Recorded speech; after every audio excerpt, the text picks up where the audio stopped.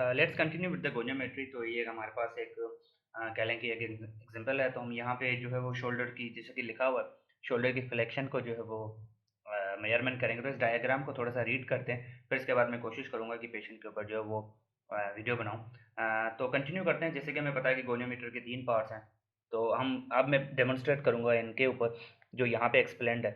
अब जैसे ये पॉइंट है, ये फल्क्रम है, ये बॉडी ऑफ अपना बॉडी या फल्क्रम है गोनियोमीटर का। और यहाँ ये किसकी रेफरेंस पॉइंट पे है? ये हेड ऑफ ह्यूमरस को, हेड ऑफ ह्यूमरस के ऊपर रखा हुआ है in order to measure the shoulder flexion. Head of humerus पे near the acromion process of scapula. तो ये, और ये जो मिड एक्सिलरी लाइन है, ये स्टेशनरी आर्म है। तो मैंने बताया था स्टेशनरी आर्म ग्रिप करने के लिए भी होता है, और वहाँ पे जो नॉन मूविंग पार्ट है, मूविंग पार्ट तो ऊपर है क्योंकि हमने शोल्डर की फ्लेक्शन देखनी है। तो ये स्टेशनरी बाजू आर्म जो है वो मिड एक्सिलरी लाइन पे है।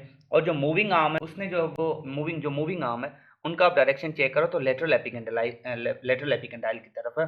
ताकि अब जैसे ही ये बाजू शोल्डर फ्लेक्शन, पहले ये नॉर्मल होता है, जैसे ही शोल्डर फ्लेक्शन की तरफ ये मैक्सिमम एंड रेंज पे लेके जाता है कि पहले पेशेंट एक्टिवली परफॉर्म करता है।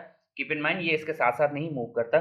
जैसे ही पेशेंट, थेरेपिस्ट जो है उसको पैसिवली या पेशेंट जो एक्टिवली लेके जाता है, तो उसके बाद थेरेपिस्ट जो फील करता है एंड फील को, इधर ये कंप्लीट रेंज है, क्योंकि सम हाउ मसल टाइटनेस की वजह से भी पेशेंट नहीं लेके जा सकता, लेकिन वो पैसिव उसकी रेंज मजीद होती है, पेन फ्री भी होती है।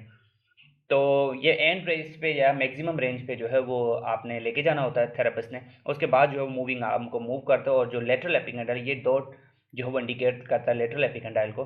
तो ये लेटरल एपिकंडाइल पे जाके मूविंग आर्म रखते हैं, then we take the reading. तो ये एक एग्जांपल था गोनियोमेट्री का, शोल्डर फ्लेक्शन।